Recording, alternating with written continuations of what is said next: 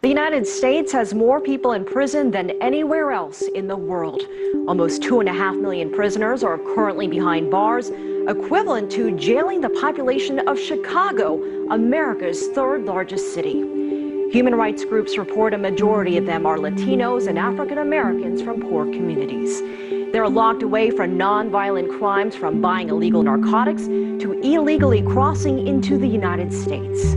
Because of overcrowding, the federal government and several states are paying huge sums of money to private prison companies or for-profit prisons to house thousands of inmates.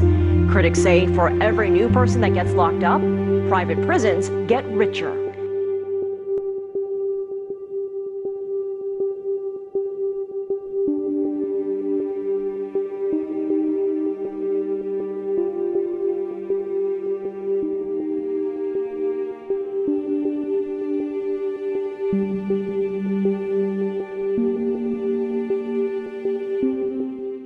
The sharing of power between corporations and the government in the United States takes the form of widening corporate power in areas such as financial services, healthcare, energy, law enforcement, the prison system, and the military through regulation and outsourcing. The willingness of the US government to share power is apparent, as in 2011, the private prison industry as a whole took in over $5 billion in revenue.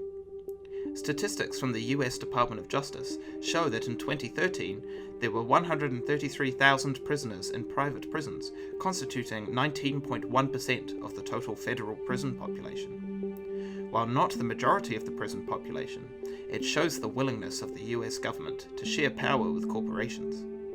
This mindset also extends to the military as well, in the form of private military companies.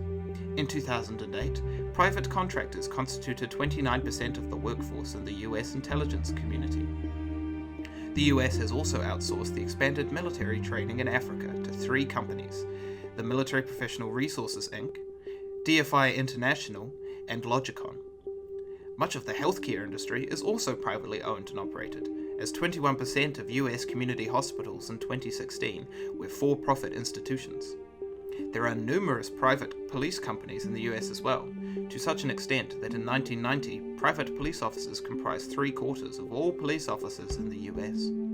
Overall, the sharing of power with corporations in the US is widespread and varied, as the government allows corporations to have limited authority in various different aspects of the US system.